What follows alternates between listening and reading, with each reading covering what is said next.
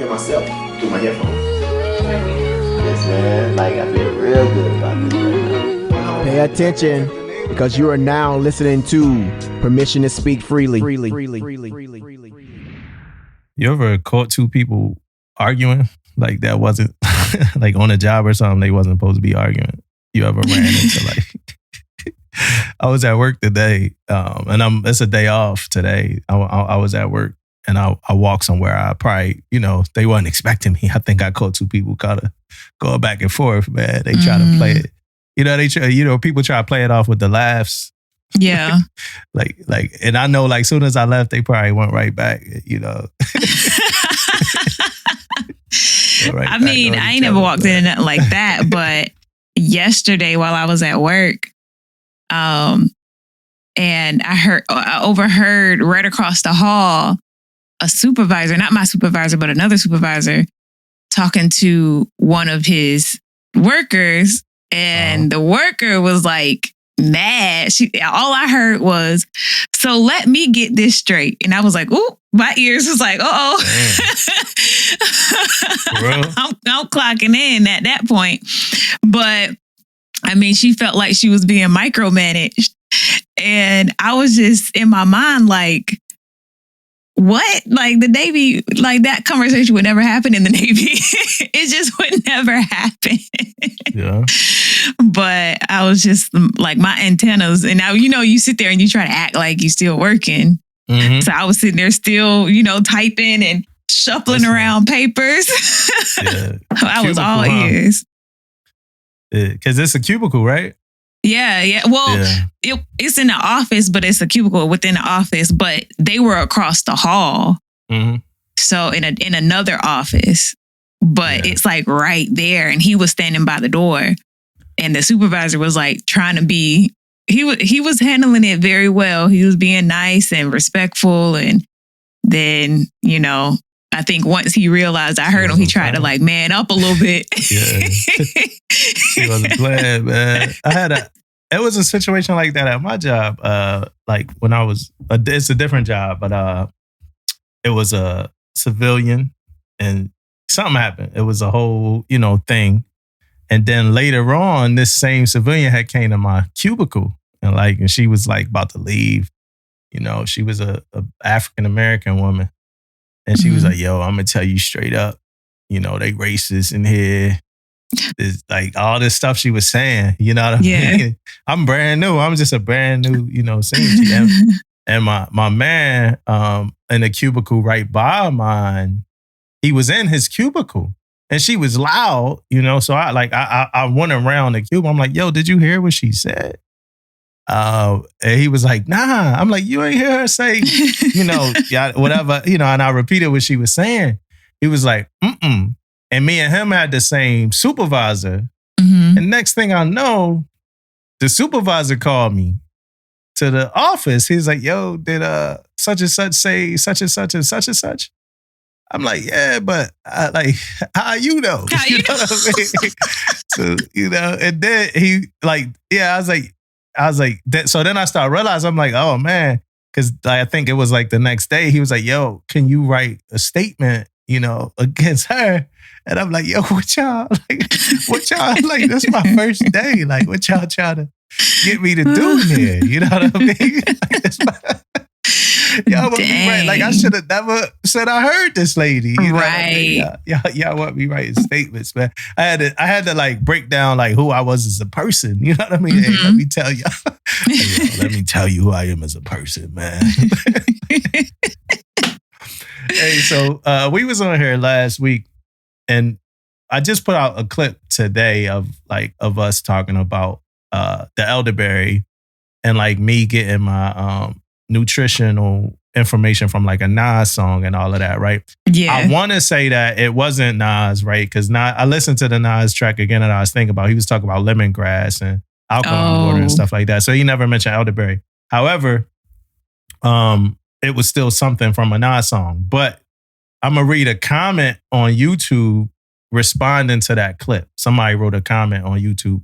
So pretty much for the listeners, if you didn't hear the episode, I'm talking to Will from D-Guts and I'm talking to Tisha about how I wasn't, really that up on what I was putting in my body, right? I was ignorant to some of the stuff I was putting in my body. So I was taking elderberry and I couldn't really explain why I was taking elderberry except for like I heard it from somebody. And then I jokingly said I heard it from a Nas song. And then Tish and Will said you shouldn't be taking, well, Tish ain't say it. Will said you shouldn't be taking nutritional advice from Nas, right? Mm-hmm. And that's pretty much the clip. So this is a response, a YouTube response from somebody. He says, Nas is from Queens. And in Brooklyn and Queens, there's tons of African and Indian herbal shops that sell tons of natural products, such as tea and other tonics that are very powerful and work really well. Elderberry is simply one of the plants that have antioxidants and boost the immune system. You'll find products replicating this in mainstream stores such as Target. Then he said, etc. Nas raps about the culture. You don't have to be a herbalist to know these things. It's been around forever, but now catching steam. It's a part of a rising Afrocentric culture in New York City. Not trying to diss, but you guys just sound like outsiders who don't know what they're talking about. Right? So that was dang. Yeah. So when you first started reading until the last line, I was like, oh, okay. This is some good information. I like that they educating us. But then they had to go and put that last line. I don't like that last line. Like really? That person is serious about Nas, serious, about Elderberry, serious about the New York Afrocentric culture. I want to tell that person just one thing, like just one thing. I don't talk about it that much. So I kind of like in our conversations in this podcast, we got a broad audience. So I don't get into how like geeked out I am about like hip hop that much. But if it's that person could probably tell me everything they want to tell me about herbalism, elderberry, about Afrocentric lifestyle, but it's not much that they could tell me about hip hop, right? So it's not much that, they could tell me about Nas, like specifically Nas. All the other stuff, you could teach me all you want to teach me. And so I responded to the person. I told him, I'm not going to go too much. Well, I said like, thanks for the comment. I'm the one that said I listened to Nas. I'll start by saying this. A lot of what was said here was in jest. Also, you're right. We don't know what the hell we talking about. It's okay. I also appreciate your breakdown about elderberry. I was at a loss when I was in the hospital. That was kind of the point, not doing research. I'm from Philly. We had the same culture when it comes to herbal shops. So I definitely feel you on that. Again, appreciate your post. And a lot of that was us joking. I found out later it wasn't even elderberry Nas was talking about. It was lemongrass. Appreciate you checking us. We need it sometime, right? So I kind of responded with a whole lot of grace. But man, like I don't know why people take YouTube so serious, man. Or it's just social media in general. Like they live for the moment that they can try to check somebody.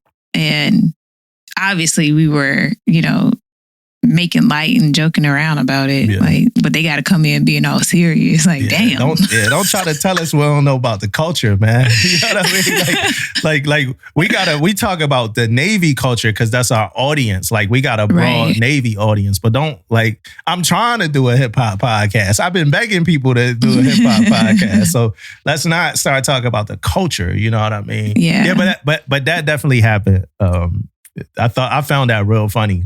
Somebody else said something about too. I'm starting to like negative YouTube comments. Like it's kind of funny, especially that one because that's not normally a target. Like talking about Nas, not normally like a target audience clip anyway. So it's gonna reach some people that don't know what the hell we doing or what we talking about anyway with Navy hashtags. So it's like, who are they? So I like the negative comments now. Man. He was probably like, what you don't know nothing about Nas. Yeah, you don't know about the culture. Who are you? Yeah, yep. And, like at some point, once you pass a certain rank, you just forget about the culture at that point. Yeah, this was probably some random civilian. You know what I mean? You think so? Yeah, but like you said about like social media, every single person on there trying to check, I was just like J. Cole, he just put out a new song and he talk about bots on a song. So there's people like, oh, he talk about Kendrick using bots. Like, he never said who he said was using bots. He just was talking about bots. Yeah. You know what I'm saying? And you backed off of social media, right?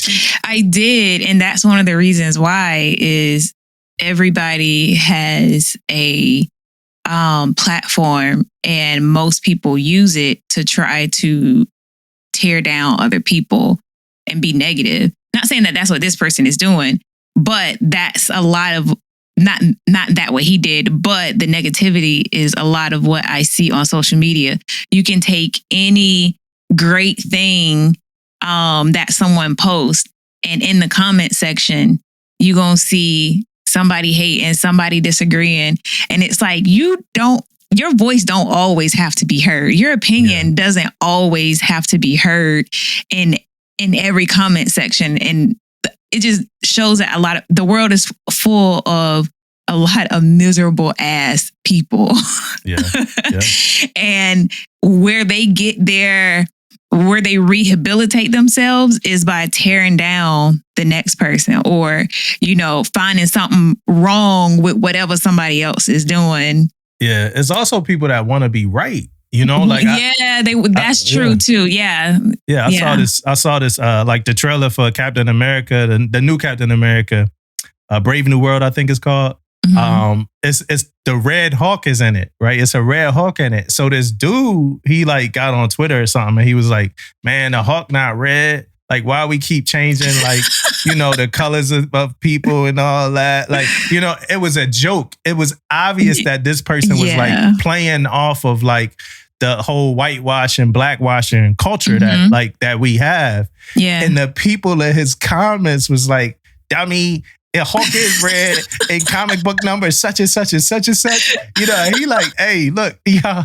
And somebody was like, we know you trolling. He like, I'm not trolling. But he was trolling the hell out of people. But he had it was a viral tweet. Like, it was people mad at this dude, man. Knowing damn well he trolling y'all. Yeah.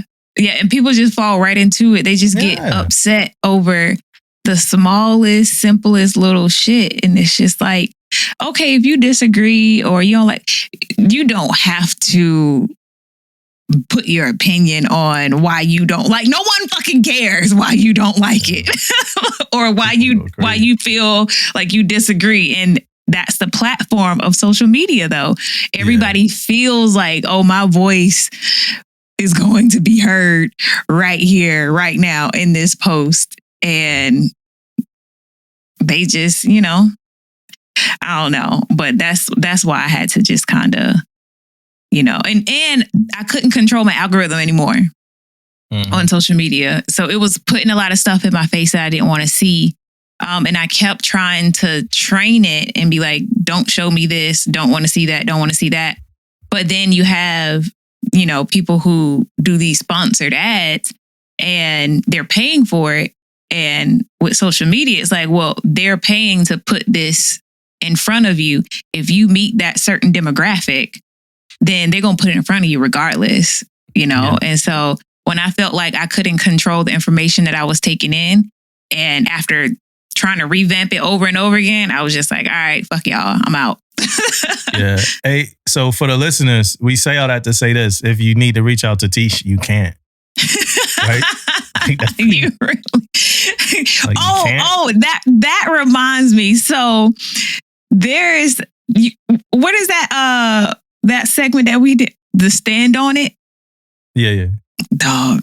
So we had, in one of our previous episodes, I talked about how I don't like how people get out the military or retire from the military. They change their number. They cut off the world. And it's just like, dang, like, we still love you. Why you cut us off, right? Uh-huh. I did it. Yep. Yeah. I did exactly. I was like, damn, okay, got it. All right. I can't even stand on what I said because here I am doing that. But I felt like I had to for my own mental health purposes. But maybe that's what they were doing. But from back then, my perspective is they get out the Navy and they just cut everybody off because they don't want to be a part of the Navy environment no more, and they want nothing of it. But maybe that's not the case. Maybe they just need to crawl under a rock for a little bit, or maybe they just need to just disconnect. I heard you talk about that, and I heard a couple people talk about that in a couple episodes so far. Mm-hmm. I don't know, like that. I don't understand that, yo. Like I don't know. Look, here you go. Hey man, chill, man. I don't know that I'ma feel that. Like I don't know. Like that's a weird thing for me to process. At this point right now. Right, and I couldn't either. And once I was out, and a few months after, I kind of felt overwhelmed. Like too many people have access to me. I don't know, and maybe I'm just going through some shit right now. I don't know, but I just felt like too many people have access to me. And once upon a time, if you didn't have somebody's phone number, you couldn't get in contact with them. And that was a long time ago. Long time ago. Now you're always reachable. Somebody can always reach out and touch you. And then like also being in the Navy, in the Chiefs Mess in particular, your number, we just share each other's number willy-nilly a lot of times. You pass it off. Yeah, it's like your entire mess has your number. And then if someone else reaches out, hey, I'm trying to get in contact with this person for X, Y, and Z, like a lot of times, like you just give up the number and don't even think much about it. I tend to try to err on the side of caution, like, hey, let me contact this person and make sure they're good. But some people don't do that. They'll just give out your number to anybody. I passed your number off a couple of times without figuring it out first. A couple of times I hit you, but a couple of times I passed it. Yeah, but that's just the culture that we're used to. And when I was in that culture, that's the way we do. And that was cool with me. And now that I'm trying to like kind of, I don't know, just kind of take care of me a little bit more and kind of filter a little bit. I don't know. I'm like, damn, I did that. I changed my number and everything. Yeah, I guess the part I'm talking about more is like the feeling disconnected part, like feeling like I don't have a community. Like I feel like soon as I retire, like I'm about to join a runners group. Like I'm ready to talk. Like, well, me, I'm an introvert anyway by nature. And it's hard for people to understand when I say that, because I'm a public person. Like I'm public. I do a lot of shit publicly. Like I'm not like, but you could see, like, if you know me, you could see me kind of somewhere trying to recharge or something like that. But, I can maneuver in the room, but, so I'm good. Like, man, you get me, like, I'm here with all my, machinery and like, it's time. Like, I don't know yet. Like we'll figure it out when it happens, especially with me, taking a new role and like some of the different like professional rewards that like this role is going to give. And I'm talking more about like interaction with people and sellers and stuff like that. It's going to be different for me. Like right now, my fleet and family that I have, like I love going over there. My MWR, like the civilians, like I love going to talk to them. Like they make me laugh. Like I feel like I'm at home, especially at fleet and family. Like I feel like I'm like at grandma's house, like, so I don't know how I'm going to feel about things after that. But right now, like a lot of people, like we had Kobe on, you, Will, like a lot of people talk about like, when I got out, like I was like shocked. And I don't know yet that I'm going to feel that. Like, we out, man. Going Ramsey's downtown. Like, let's get it. Like, but and you do that for a little bit because you like, oh, I'm free. Like, let me do all this shit that I've been wanting to do. I used to like, go and like my favorite thing was going to brunch on a weekday and going to sit at the bar. Yeah. You was by yourself, right? Yeah, by myself because everybody was at work. So I used to love doing that. Like, and then I would like, take a picture and send it to my friends while they at work and shit. Like, hashtag retirement, like bitches. Like, but it really like you died inside. Right. You're like, I'm in shock. By yourself, day drinking. Hashtag retired, bitches. Everybody that posts about their retirement, I think they died inside. Like every time I see somebody at peace, like the dudes, they got beards and the beer. hey, what up, Julio? Love you, bro. I be thinking they be like, and I know Julio not one of them. He was ready to go. But most of the other, like, they be like just thinking like, man, like I wish I was out with the guy, out on the ship. Yeah, it's just a real culture shock. And even like when I went back to work, it was just like, it's different. Even though I have my new, group of people, my new work group, work friends or whatever, it's just very different. And they just, it's just different. And so you miss that Navy side, everything that the Navy brought. Like you miss all that, the culture and, the conversations, things that we talk about, our mannerisms, like it's just way different on the other side. Hey, I want to shout out the civilians. I really like truly love y'all, like wholeheartedly. But I say this. For the sailors, I heard, this is what I be hearing. I heard that we do all this bitching about other sailors in the Navy and all the gossip and the toxicity and all that. I heard on the other side, I heard it's worse, yo. Yes. I heard it's worse on the other side, y'all. I'm just letting y'all know what I heard. I don't know yet, but I heard it's worse. It is a bit worse. It's a lot. And like I said, I heard the chick complaining to her supervisor about micromanaging. And I didn't even think what he was doing was micromanaging. Like he's just asking for a little follow-up. That's all. I was in the office, somebody had their kid at the job, and somebody was like, yo, look, man, look. They don't want to have the conversation. This ain't my name. It's like, look, man, you can't have your kid here on the clock. Like you like you at work. It's a wild they didn't even know how to say it. Like it's like, why do I have to say this? Hey, all right, let's keep it going because look, I want to shout out Denise.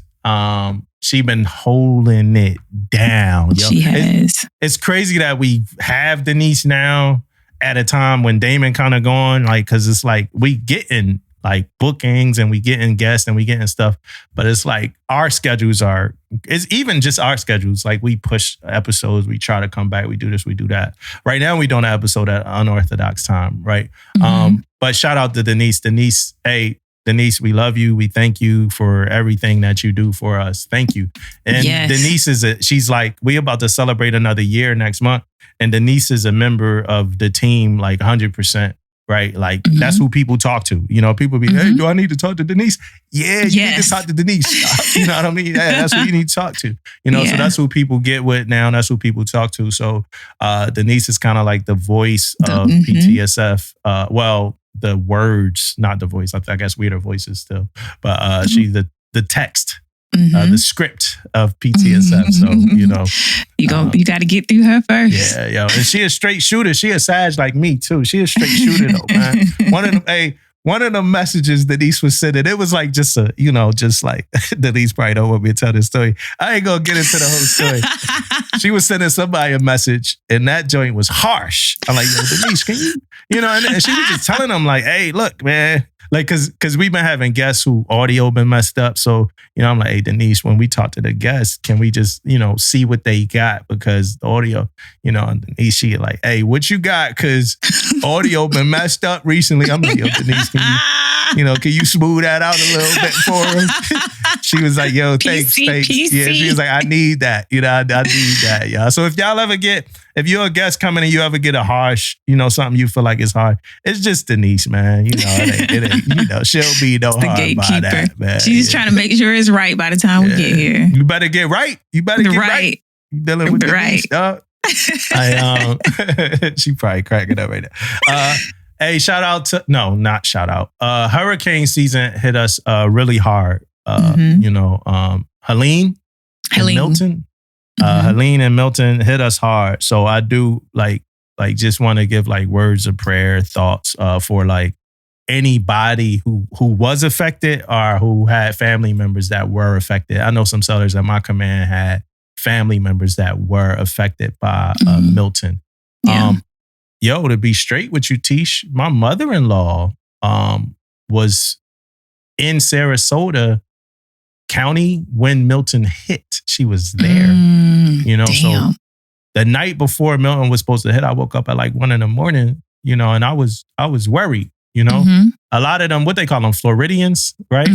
A lot of them, though, they like so used to this stuff. They like, yeah, they saying it's a 5. Right. But it's going, by the time it hit land, it's going to be a 3. We going to stay upstairs. We got the flashlights. We got food packs. We good. But hers was a little different. She's a really, she's a praying woman. She's a spiritual woman. I feel like, damn, Milton went down to a 3 just because she was there. You know what I mean? But it did impact her. They did lose power. They didn't have water, stuff like that. But they survived. They cleaning up. They getting everything right. So shout out to her, and shout out to everybody really who had to deal with that. Yeah, I was lucky that the way that it curved, Helene, it didn't go to Charleston, which is where my kids are. And I was up like, trying to check the weather and see what was going on. Because I had just left the week prior from going out to see them. Yeah. And so I'm always like nervous whenever the weather is bad, just because I'm not there. They're there with their dad and everything, but I'm not there though. So I'm like up trying to check and see. Luckily they just got rain. But I was like watching the news and trying to see like, was it going to affect them? Are they going to be able to go to school? But there were like some tornado warnings that they had. But it ended up, not being anything. So thank God for that. But yeah, those storms are like scary. Like I'm not a fan of hurricanes and tornadoes. That's why California is for me. I can do an occasional earth shaking. Little earthquake? Yeah, I can do an occasional earth shake because I usually don't even notice half the time, or I'm asleep. You get a little twerk out. Right. A little twerk. I will take that any day over a hurricane and that tornado. I can't. When I was stationed in Millington, and that's like Tornado Alley right there. Man, I think I probably developed anxiety from being there and all the tornadoes that would come through. I just used to be so scared all the time. So Millington is a lot happens in Millington, like as a base, right? Yeah. Like it's a lot of things of importance that I just can't see myself being stationed out there. Listen, like Millington, like don't do what's happening out there? Don't do like the base itself. Like you said, the base itself, there's a lot going on. There's a lot of great things happening on the base. Outside of the base, it's just too far from everything, too far removed. Like location wise, it's just not great in comparison to the other Navy duty stations. Like send me anywhere, just don't send me to Millington. And that Gateway Inn ain't it either. Like the last time I was at the Gateway, the elevator ain't work. We got these heavy ass luggage suitcases, and they saying the elevator ain't work. I was so ashamed lugging it broke. It broke going up the steps the first time. You know what I mean? Dang. The first time broke a little bit. So now my joint broke for the visit. When I was in CMC Cobb. We was only there for 2 days, but we was in the other school for a while. So we had a lot of luggage. I'm like, man, I got to carry all this luggage up here for 2 days in a damn elevator. I was looking forward to hopping in that damn elevator, man. That base ain't it, Tish. That whole base just not like, but the work that gets done out there in like 3 to 4 buildings, like maybe just one building. The PERS building. That PERS, but that's a lot happening in there, And hey, shout out to there's people in there that listen to the pod too. Hey, shout out to y'all. Never want no smoke with y'all. Y'all are incredible. Hey, look. Human beings. Shout out to the detailers. Yeah, shout out to y'all. Yo, Daquan over there. Hey, I'm back getting BAH at my dependent location. I cannot complain. When I was over there, I'm not going to act like I was a change maker, but when I was over there, I did ask a question. I'm like, hey, what's up with this? You know what I mean? But in no way, shape, or form do I think I'm a change maker in that.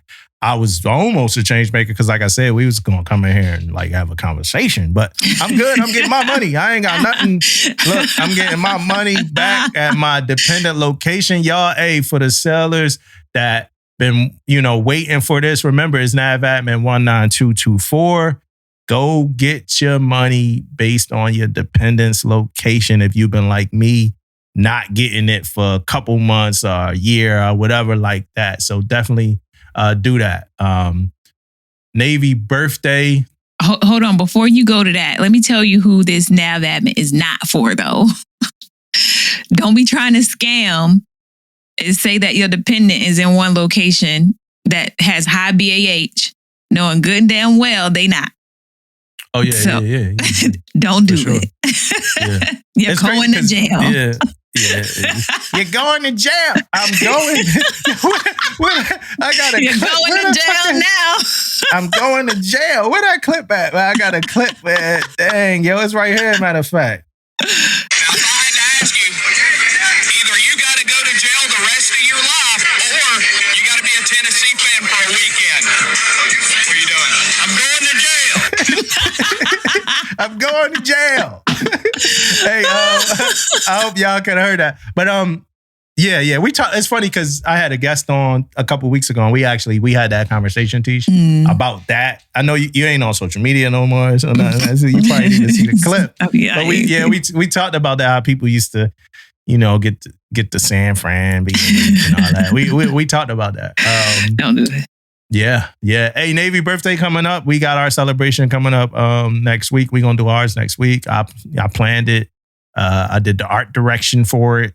Of course. Yeah, Tish did that. Yeah. Got to start, sprinkling a little bit of my own self into, the command. So it's happening next week. We're gonna do the cake cutting. I want to say this, right? So the Navy birthday is probably gonna have passed by the time this episode come out, but it's October 13th, right? Mm-hmm. Now, what I didn't know, what I just learned as of this year is it's things you have to do for a Navy birthday celebration, right? It's like, and it's in red, y'all. If it's in red, that means you got to do it. You know what I mean? Yeah. But it's a script, right? It's things you got to do. You got to do Anchors Away. You got to do the cake cutting. You have to do the seeing those message. Mm-hmm. Isn't the POW part of it too? No, you don't gotta do that. You ain't gotta do that? No, oh, okay. My bad. Never mind. Yeah, that ain't red. I think ringing a bell, I feel like is you got to ring the bell, the ringing of the bell. So we got a nice little event. We doing a ringing of the bell. CEO gonna talk. I'm gonna do what's in the script. Then we got the cake. We gonna do the cake cutting and got the cutlets to cut the cake, youngest seller. It's gonna be a short, event, but it's definitely happening though.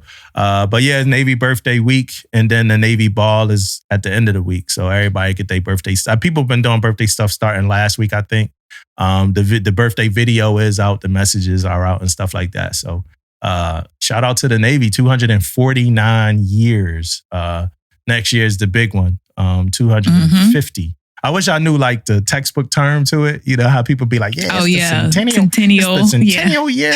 I don't know what it is. It's like centennial, whatever. Yeah. Whatever. And they like, and they like, yo, plan it. It's the centennial. Who knows? But they like, yo, put it together. And I'm like, man, we gonna start. So we gonna get it together. We gonna start planning that 250th. But it's funny because I told my captain, I'm like, hey, so the region doing something. I was like, the region doing something for 250. So, that kind of got us in the clear for having to go hard on it. He was like, nah. But we still doing something, right? I'm like, no, we gonna do something. It ain't gonna be as big as the regions, but definitely 250 years is big time. Yeah. Yeah, that's huge. And for, where I work, we just celebrated 100 years. Yeah. And so 250 is, now I see, like, when you compare 250 to 100, I'm like, no wonder, they're behind in a lot of things in the organization that I'm in, because Navy got like a whole 150 years on them. So it's like, it's kind of bringing things into perspective a little bit. Like I can't be expecting everything to be like up to the same standard that the military is. Yeah. It's crazy you got out the Navy and like you really like got the Navy standard up high. Like and when you win, you think the standard is down here. But nah, I be over there like, and the Navy would never. Like all this shit over here. I didn't been to the mountaintop. Look, I got my treasure chest in there with all my coins in it and stuff. Cause like they gave like a coin for the centennial. I was like, y'all don't know anything about coins. Boy. Look at you. I brought my treasure chest with the coins in it. You out. You the type that try to start a mess. You the type that try to make a mess at your job. Like we and David was clowning. Hey, let's, we all retired chief. Once a chief, always a chief. Let's have a mess. How about we create a space where all retired chiefs get together, we pay dues, we make bylaws. You talk about like a Chiefs mess? No. But like a space. It's like, no. You talk about a Chiefs mess, man. I'll be the president the first time up. Then every year around like September, we revote. You talk about a Chiefs mess, man. But look, you had to get beat in though. Yeah, that's the thing. Now that's, see? Hey, all right, let's move on. It's like, no. Exceptional family member, right? So I was just talking, we were talking about this pre-pod and some of this I don't understand. And I would like to get some more education on it. And the reason why I'm saying I don't understand it is the response to it, a lot of people were upset, right? So I need some feedback on it. I think Tish got some tribal knowledge about some certain stuff. But I'm going to read some of this from what I see. From what I see, it don't sound bad from what I'm reading, but I guess people reading in between the lines might know more than me and understand more than me. And they like, nah, I don't like this, so. But I'm interested in whoever's thoughts, so definitely let me know. But it says Dissolution of Navy Exceptional Family Member Program Categories, right? And that was October 1st, 2024. The purpose of the memorandum is to announce the dissolution of the categories. I'm not going to go through everything. Outline the rationale and future steps. And then they give the reason why. Of course, it was a law directed the standardization of EFMP programs across military departments to include assignment coordination. EFMP has historically categorized exceptional family members based on their specific needs and requirements. Categories have been used as part of the distribution system. However, recent assessments have indicated that the existing categorization system does not effectively address the dynamic and individualized needs of each EFMN family. Therefore, a decision has been made to dissolve that process to adopt a more holistic and flexible approach of determining a suitable assignment. So the dissolution of EFMP categories aims to provide a more tailored approach to each EFM situation, ensuring that their unique needs are considered during the assignment process. Effective 1 October of this year, all enlisted sailors enrolled in EFMP that are within 12 months of their PRD will negotiate for orders via My Navy assignment. Remember, it's all enlisted sailors. And then they give some actions, right? And then I'm going to just read the actions based off of a bluff that I got in the email, because this is a memo. This was a memo from Millington. So the action says, enlisted sailors enrolled in EFMP within 12 months of their PRD will negotiate for orders via My Navy assignment. Sailors should update their assignment preferences in My Navy assignment and can apply for up to 7 jobs per cycle. Draft orders will be reviewed to ensure necessary services are available. If not, sponsors may transfer unaccompanied or renegotiate orders. EFMP enrolled officers will continue to work with their detailing shop. So that's the information I got. To me, it doesn't sound too crazy. It says the changes aim to better support exceptional family members and then, people to talk to about questions. But I mean, what about, like, how does it sound to you, Tish? I don't really see. So the only thing that I can think of And I could be wrong, but the only thing I can think of maybe is the fact that they have to negotiate through my Navy assignments, because if I'm not mistaken, certain ones had to go to their detailers. I don't know if it depended on the category or whatever, but they had to negotiate with their detailer, and they didn't really negotiate on my Navy assignments. I could be wrong, but that's what I believe. And maybe that's what what some people are getting a bad taste in their mouth about, because now you got to, use my Navy assignments, and you may feel like, how can I ensure that I'm going to get picked for orders, that I'm not going to get picked for orders that could, have a negative impact on my family.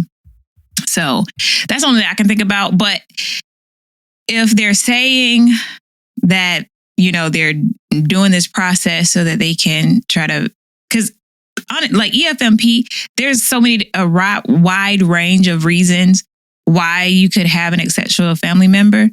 It can be asthma. It can be, mental health. It can be cancer. You know what I'm saying? So there's a lot of reasons why someone's family member can have an EFMP category. But that doesn't bar them from going to certain areas. I think realistically, probably some people probably use the EFMP. This might be where, like, Big Navy is looking at it. Like, maybe some people weaponize the EFMP to try to stay, in a location that they desire, type thing. And so maybe the Navy is kind of trying to give a little bit more wiggle room for that. I don't know. I'm not saying that it's right, not saying that it's wrong. I'm just speculating, playing devil's advocate. Maybe, that's what it is. I don't know. Somebody just got mad at you. Somebody probably did, but I wouldn't say that I've never been a detailer, but if I'm a detailer and I'm getting all these phone calls, somebody got orders somewhere and they don't want to go, and they gonna try to pull that. Well, I got EFMP. And they most likely do, right? But we gonna use whatever we can to get, the orders that we want, and people got to know that, But then it is the other side of the coin where people do have family members with EFMP, categories and stuff like that, and they need to be the places that they could be supported. But like you said, there's probably more places or less or whatever than some people have wanted to go. Right. Because I'll tell you that, like, for some people, there is the necessary care at another location, but they don't want to. They've already got established and in a routine. They got a doctor that they like. Their child or whoever is showing progress and trying to pull them out and then go somewhere else. You got to start all the way back over. Like, that can cause setbacks and all that. So it's like, I understand wanting to, like, I know that the services are available there, but I just want to stay here because we already are in our rhythm and we already got everything. And especially when sometimes it takes so much to get to that point. You don't want to start back over. Yeah. All right, off the EFMP topic, because you made me think about something. I ain't gonna get too deep into it, but off. We done with EFMP. That topic is closed.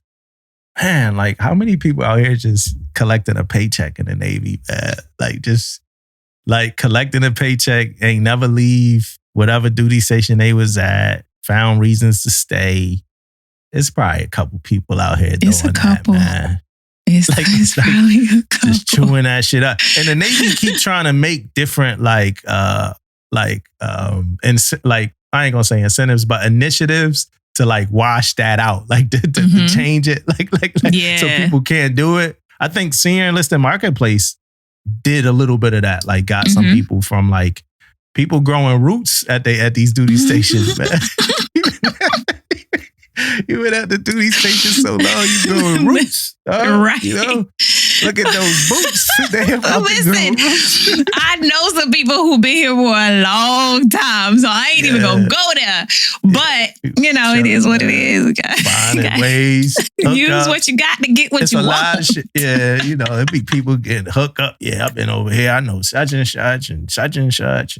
Yeah. Oh man, it's a topic that I can't even get into till I retire, man. Right. Yeah. I mean, I literally know someone who's been out here in San Diego for I think it's like over 16 years.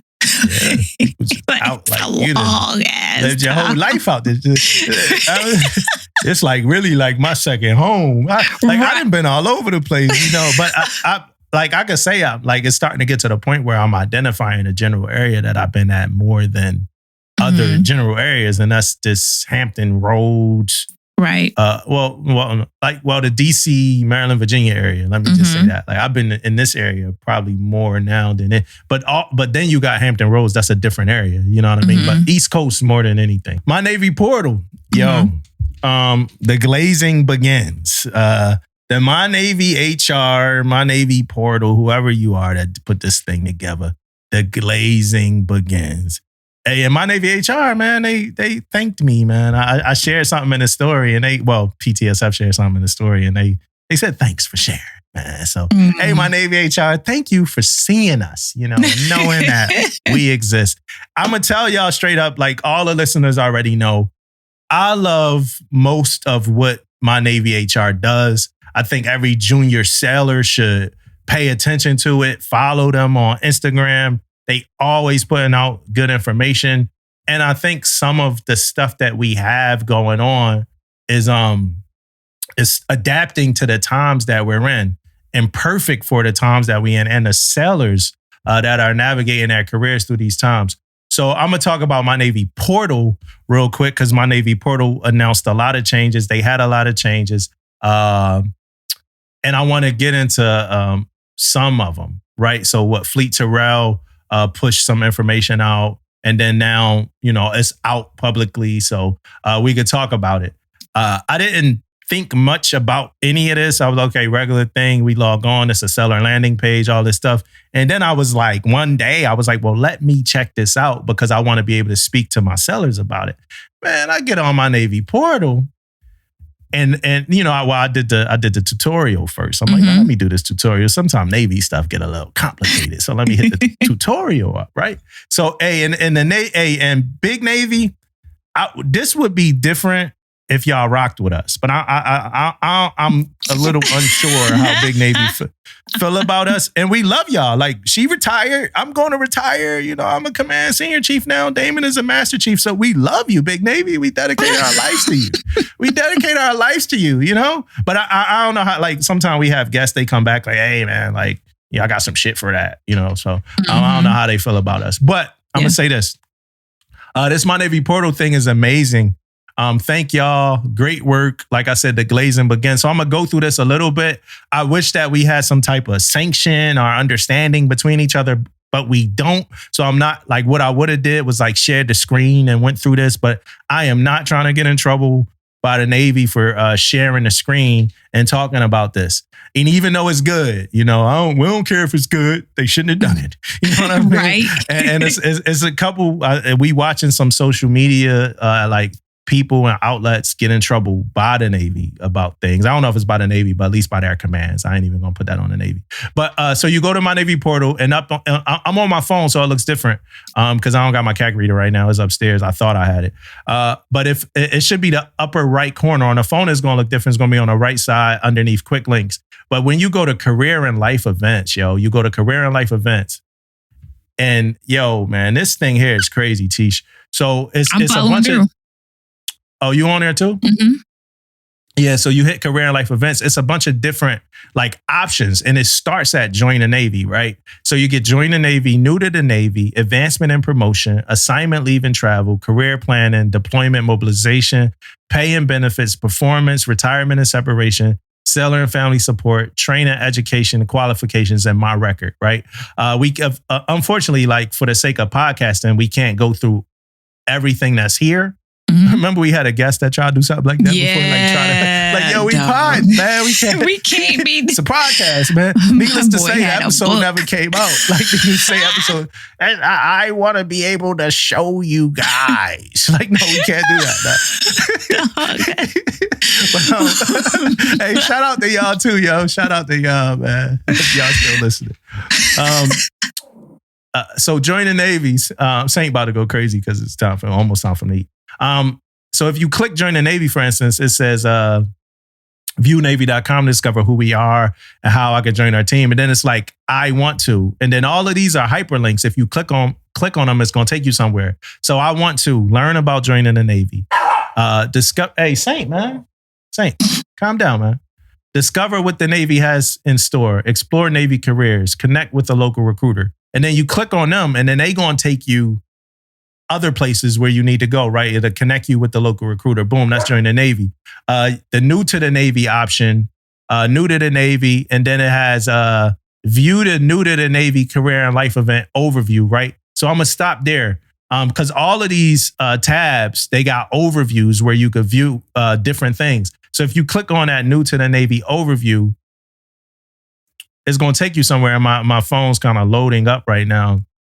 Oh, so it takes you to new to the Navy, the overview, and then it's different things. Like, so the app, it's a hyperlink for the app locker, Mill Gears, Mill Connect, the Genesis patient portal, featured mobile apps, featured pages from Military One Source, Navy Cool, Uniform Matters office is right there.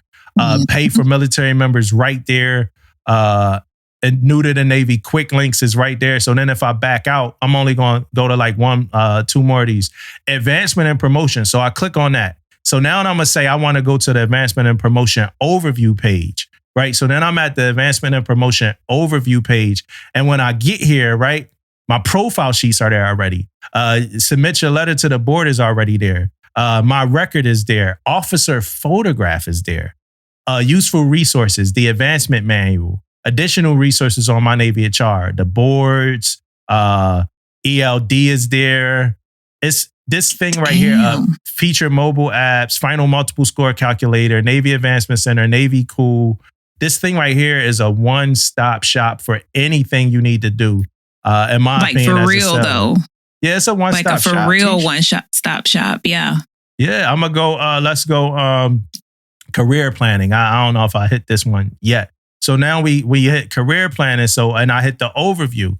So now it got ladder, EPAR, Seaway, Navy Cool mobile app. Then you got useful resources, Seaway, commissioning programs, DMAP, mobile apps, right? And then all three mobile apps, DON app, Navy Cool, Warrior Toughness, featured pages on My Navy HR. So it's giving you hyperlinks to the pages that got to do with that category. And then PAC is there. Sim is there. Seashore Flow is there. Then there's some quick links and stuff like that. So as you go through any of those career and life events, from joining the Navy all the way down to retirement and there's a retirement and separation page there.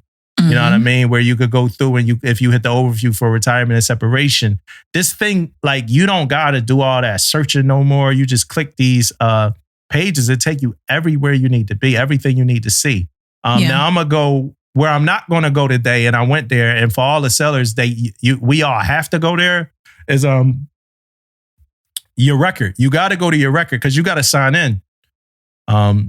You got to sign into this. So you go, and I did it already. I can't really talk through it because I don't remember it all. But I signed in to my record, and I was able to view my record all from My Navy portal. It's still some stuff that's getting like loaded in there, so it's going to be better even later. But I feel like this is going to be like tailored. Like, I think a lot of this stuff is going to be tailored to us, like kind of like new school algorithm type stuff. I think a lot of this stuff is going to be like tailored to you and your career as this thing like maturates, right? I had to use maturate for that. That was the best word I could find because I want people to know how serious this thing. It's a really good thing, right? So then if I hit My Navy HR info, announcements and results are there. Acronyms, glossary, FAQs, Get Real, Get Better is there. The app locker's there. Now, the one thing I want to talk about here is the Navy leadership calendar, Tish. There's some shit wasn't around when you was in. I was like, what is that? Some shit wasn't around when you was in. What that is? So the Navy leadership calendar is a calendar for leaders to know when everything is coming up, right? Yeah.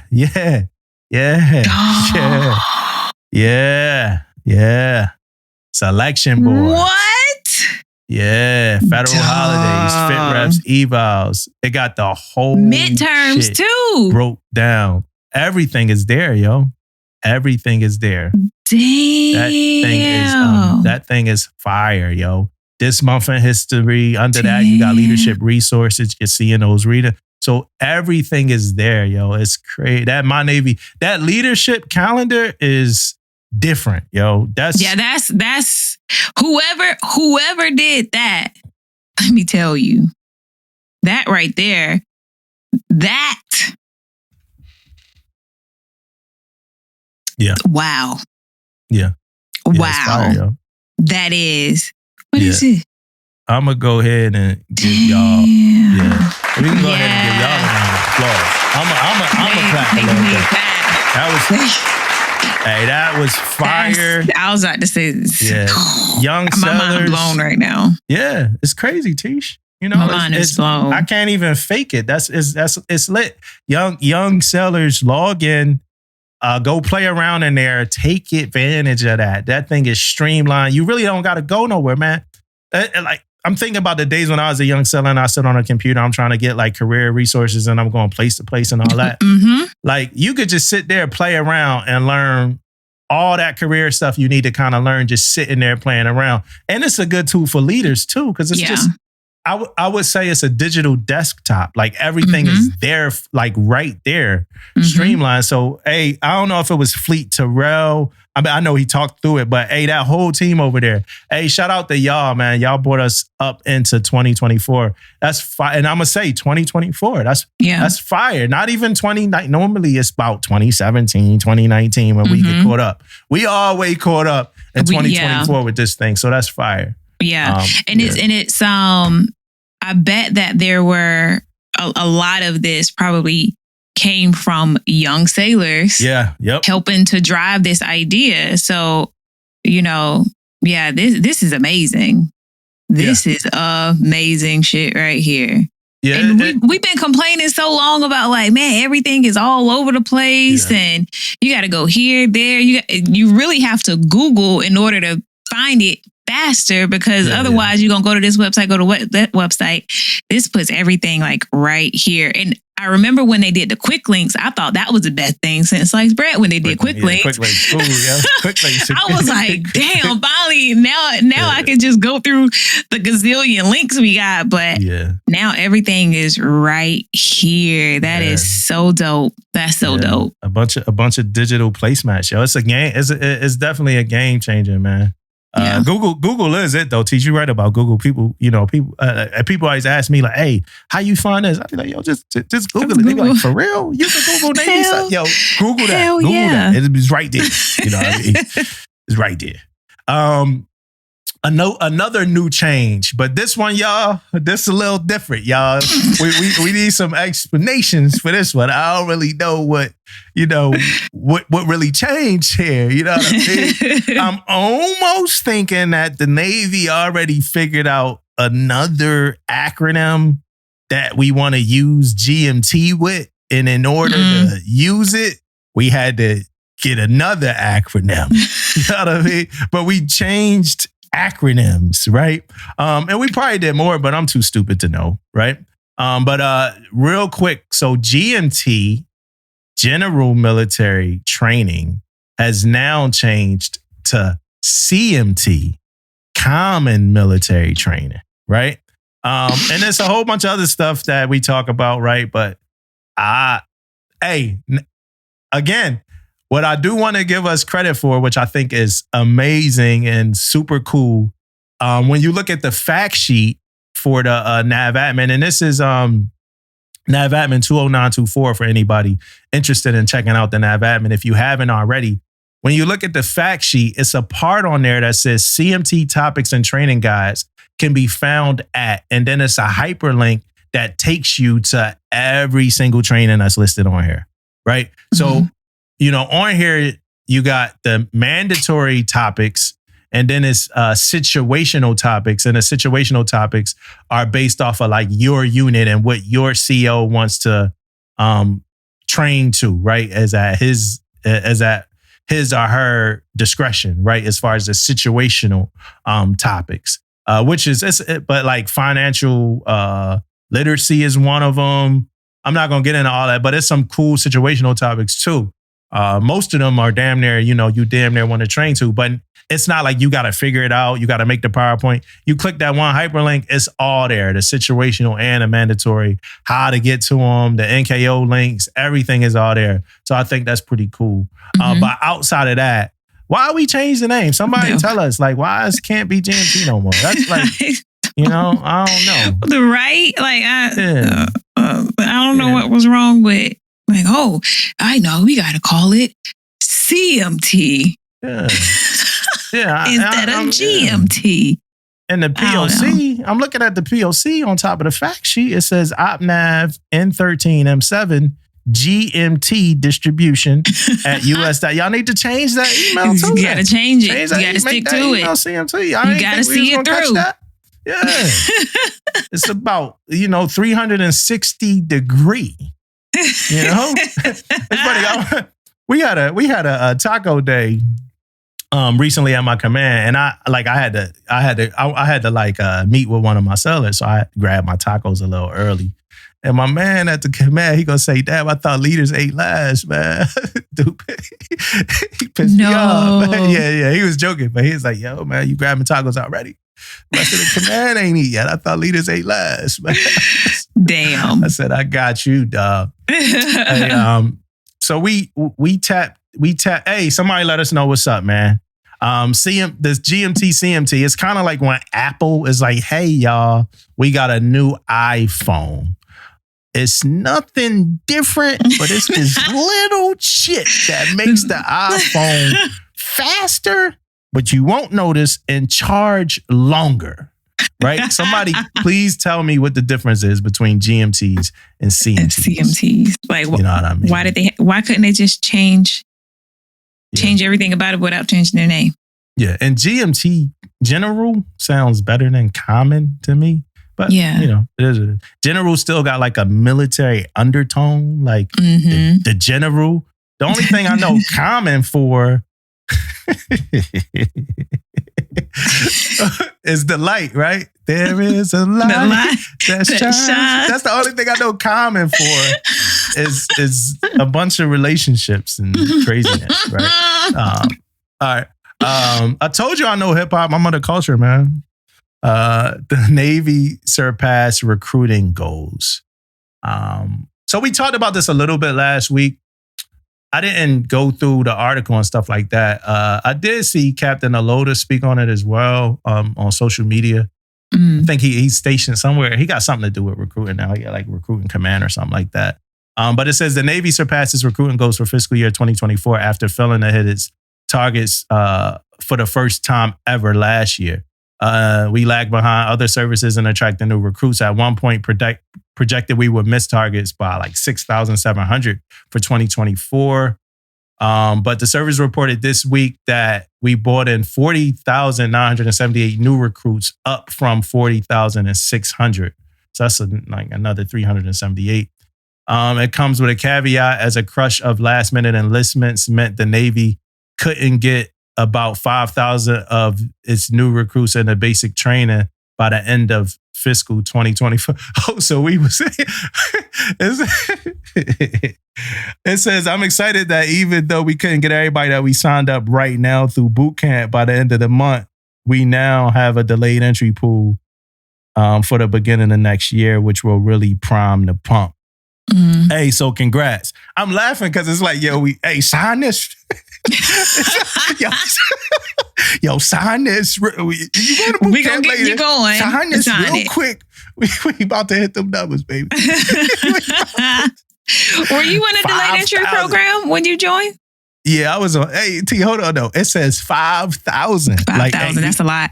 get them 5,000 signatures. Like, right. So we can count hit it. the mark. I was in debt. Yeah, I was in debt. But my debt situation was kind of different because I joined the Navy from Florida. Then I moved to Philly while I was in debt. And I started working at a temp agency, man. Me and my brother, we was working at a temp agency. And we were like putting like accounting systems on like this shelves for a factory at the temp agency throughout the Christmas. I think I joined the Navy in November, and I don't think I went away till March. So from November to March, I left Florida, which the weather was amazing. Came back to Philly for the winter to spend the holidays with my mom, and for another reason that I ain't gonna talk about on here. But I came back to Philly to spend the holidays with my mom, and then I left to go to boot camp. Yeah, I joined right out of high school, so I had to wait till I finished. Well, I joined while I was still in high school. For real? Yeah. Oh, so you like the LeBron? They LeBron's you. You like yeah. She scooped that recruiter scooped up about like 25 of my graduating class. Yeah. It was a lot of us that went in. So yeah. But I graduated in, I don't remember when I joined, but I graduated in May and then left in September. And I worked at Target. Oh, for the time? Like, yeah, I was working at Target. I'm getting out of here. I'm going to the big lights. I joined the Millington. I'm going to the Navy. I was like, get me up. Right?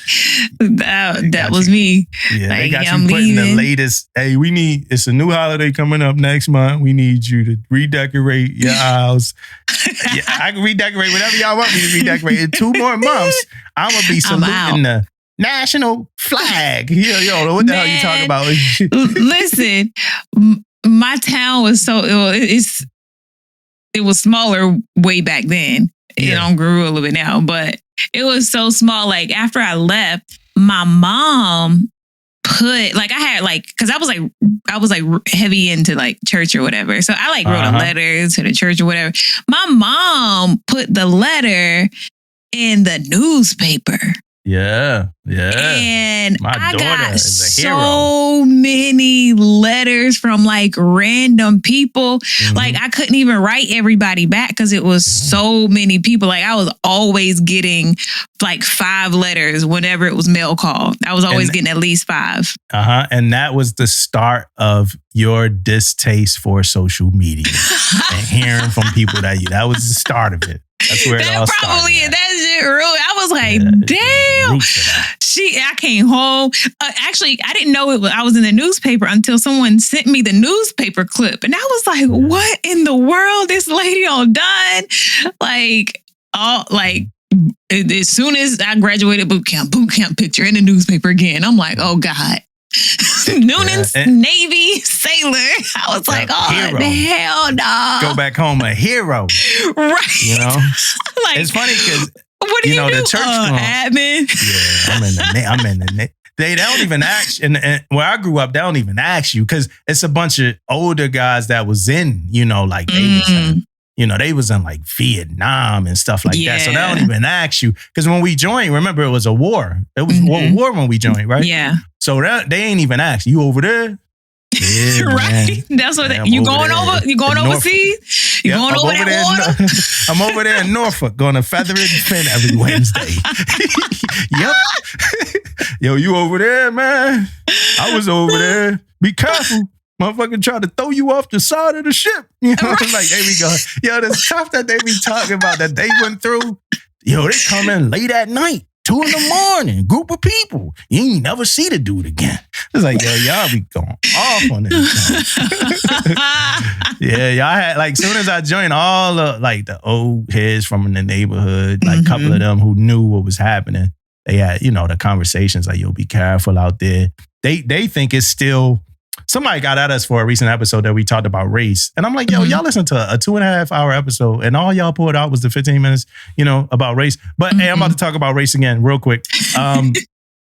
They, the older dudes who was in like Vietnam and all that, when you still go to the military, they think it's still like that. Well, back when I joined, they used to think it was still like that. So they used to tell you what to look out for, like who to watch. I'm like, yo, dude, like, It's okay. Like I watched the OC every night. Like I watched One Tree Hill and Gilmore Girls. Like it's not like the world has changed. You know what I mean? Like, it's going to be okay. Especially where I grew up. I'm not from. I'm from Philly, so we were always super diverse. But them old dudes, when they went to the military, they would see people that wasn't from diverse places back then. And still to this day, right? And people. Just to kind of talk to the people that say they don't like when people talk about race, still to this day, you'll see sellers that will still say, young junior sellers, that I never saw a black person until I got to the Navy. I never saw a Filipino person until I got to the Navy. And no, I'm not speaking of racism at all right now, but I'm speaking to people only knowing and understanding what's around them, what they see. You know what I mean? So we are still kicking ass, in my opinion, when it comes to diversity. It's never a reason to not talk about that shit. Right. You know what I mean? In my opinion. Yeah, I agree. It's Domestic Violence Awareness Month, and I just want to give another plug to FAP, the Family Advocacy Program. I want to give another plug to FAP. My role now has me sitting on every IDC. I can't talk about them, but I sit on them. That's the Incident Determination Committee. And I want to tell y'all this for the young sellers that's listening. FAP is not a punitive process. I said it before. I'm going to continue to always say that. FAP will take care of you. FAP is there to support the victim. And FAP is there to help the abuser, to do things, to get counseling and take care of the family, take care of the relationship and all of that. Do not feel like FAP is the feds or this punitive process. It is not. Please, please, please take advantage of FAP. Don't turn down the services that will help. So I feel like I need to say that. Yeah, I've had a sailor that was the abuser that was going through, and it was a female, and she was going through the courses for being a abuser. I forgot what it was called. But it was like a DV dispute. And through the investigation, they found that, she was the aggressor. And so she had to go through those classes. And she was still able to stay in the Navy. So I think she's still in the Navy. Even right now, she's still in the Navy. So I believe. So, yeah. Yeah. I had somebody turn down. I think I forgot the name of the class, but I had somebody turn it down because they felt like it would make their case. They were committed to saying that they was innocent. So they felt like if they didn't, if they did go to the class, it would make them look guilty, like they had an admission of guilt. But hey, shout out to it's a lot of victims, service member, non-service member. We were looking at the numbers, women heavily outweigh men as far as being victims. It's sad, it's crazy. DOD deaths, anything to me above one is too much. One is too much, I think it was the numbers are in the 9, 7s, 15, stuff like that, like deaths. A lot of what people don't pay a lot of attention to also is the neglect, but for children. That's a big one. I mean, and we talk about domestic violence here, but we also talk about FAP. Neglect for children, it happened. They have the biggest numbers. That's the biggest numbers of the FAP cases or, any other domestic violence. Domestic cases is neglecting kids. So, and that happens in a lot of flavors. Some people don't even know. Some people don't even register that they were neglected. It could be a moment, something happened. It's damn, no, that's neglect, man. So that's the rude awakening there. But just all of that stuff that got to go do with them. I don't want to go too deep into domestic violence because it's still trigger points, personal trigger points. So I don't want to, for listeners, for us probably. So I don't even want to get into that too much. But it is Domestic Violence Awareness Month, and definitely plug into FAP. Do better. It's do better time. I'm going to say, remember, we got a lot of do betters. They scattered y'all because y'all sent them through different outlets in which we asked for. So I got to continue to go through, find them, share them. And we're going to read them all. So it don't matter if it's a good do better or a bad one. We gonna read them. So we got one from a listener. I'm gonna leave their name out of it because they didn't give us the name. But remember to send us do better. Remember to send us do betters. And thanks for all the ones that we've been getting. So I'm gonna leave their name out of it because they DM'd us. That's why I'm gonna leave their name out of it. If they would have put it on a comment, we said. So it says, do better. Navy needs to stop making single points of failure. We see a lot of sellers with multiple collaterals or they have multiple hats. This type of behavior, it seemed like it's encouraged. And to me, it ruins the seller's chances to show progression because they can't run their own programs effectively. So that's what they said. What you got, Tish, on that? Well, I've been that sailor that had multiple collaterals because, sometimes there's a shortage of people, or sometimes, you just got to do what you got to do to one monkey don't stop no show. Like, the mission got to get done. Somebody got to do it. And unfortunately, sometimes also you can be a victim of your own success. You do something really good. You're a shit hot sailor, and then people tend to pile on collateral duties on you because they know that you can get it done. So, and I think that what they're speaking more to are the ones that are kind of like the collateral hogs, and they don't do their own job. They don't do their job because they're too busy doing collaterals. And wasn't there a time frame when I think it was Force that kind of talked about that, like kind of getting rid of, I think it was maybe when it comes to like, I don't remember if it was when it comes to like selection boards, where it was just like, just because you got out. Was it Force? Talked about it when we podded. Mick Pine talked about it. Mick Pine talked about it too before, about just collaterals and stuff. Right. Like hogging up all the collateral. So, but yeah, that's, it is what it is. I don't know that he was speaking to collateral hogs. I think it felt like he was speaking to him, maybe having a lot of collaterals and just keep getting hit up. But I don't know. But I will say this, like, the people are going to reach out to the people that's going to get it done, right? Mm-hmm. If it's the same person that's going to get it done, unfortunately, that's going to be the person that get reached out to. Is that right? Is that wrong? Is it effective? Is it not? I don't have answers, to any of these questions, but you're not going to just keep on reaching. Collaterals are not, they voluntary duties. So you're not, like, people are naturally not going to keep reaching out to the people that's not going to do the job good, not going to want to do the job, or not do the job at all. If you give them the collateral, you're going to reach out to the effective person that's going to get the shit done. That's how it works. We're not in the, like, 100% of people are not, damn, it just got a little bit dark, man. I got to fix my lighting. But we're not at like this 100% effective kind of organization where everybody is amazing. That's not true. It's not fucking true.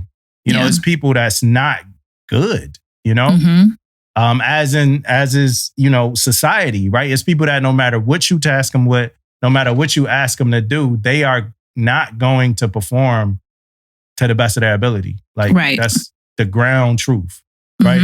So do you continue to, so then there's the question of what do you do? I had a conversation on here before, a while ago about a seller about me being made, me as an LPO being made to make somebody a work center suit, by like the people above me at the command. They like, hey, make them a work center suit. And I'm like, hey, the person, they don't want to be a work center suit. You know what I mean? And then they pretty much just sucked at it. So I had to make them it, right? Afford had to make them a work center suit. They pretty much sucked at work center suit.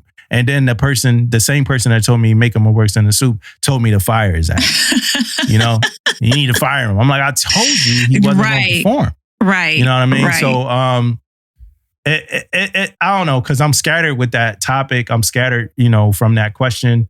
And I don't want to give you a horrible, shitty answer to the person that asked that question, because it's a lot with it. I also at one point in time had a lot of collaterals, like, but I was doing the job, and then I was also the person that if the CMC needed something, you know, he would come talk to me. Like it would be those conversations. It would be that type of stuff.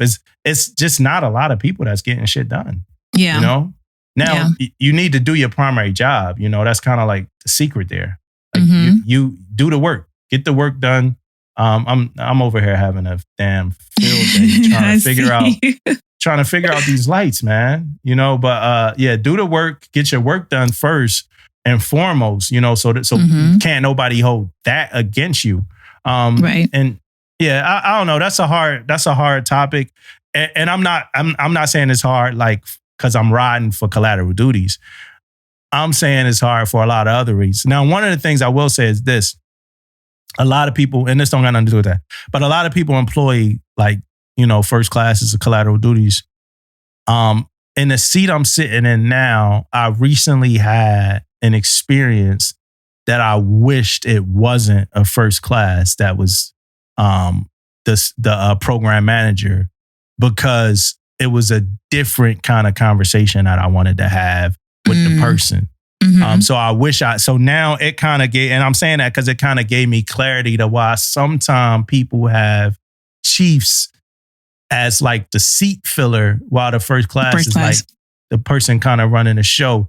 Because if it's a certain conversation you want to have, you know, you want to have it with a chief and then let the chief translate that, you know, to the first class versus you as the command master chief, command senior chief, whatever, CO, whoever, going straight to that first class, you know, and addressing the situation the way you would address it as a chief, you know?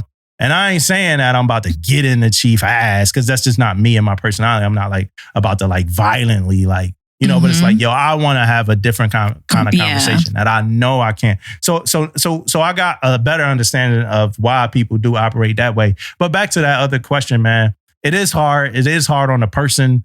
It is hard on a lot of different parties when you know, just stacking collateral upon collateral against somebody. But just continue to do your job. Put your job first. Foremost and primary. Now, and if you can't take a collateral, say no to it. Let them figure something else out. Fuck it. Like, y'all can't do that. I'm already doing this, and this. I've been in that situation where I had, I think, about 9 collaterals because we were short with chiefs. And so once people started to come on board, I was trying to get rid of them. But my SCL was like, no, hold up. No, like kind of kept giving pushback. And eventually I was just like, because I was like drowning. I was drowning. And so eventually I just had to just say, I pretty much just said, fuck it. And I just started I got tired of getting a runaround. So I just started going to people and like, hey, these are the collaterals that I have. Which one do you want? Yeah. And they started taking it. And then I went to her and said, oh, this person is, you know, doing this now. And she's like, oh, well, you know, you can't just do it like that. We gotta run it by the CO. And I was like, okay, well then do it then. Because I can't handle all of these. Like 9 fucking collaterals, that's crazy. And so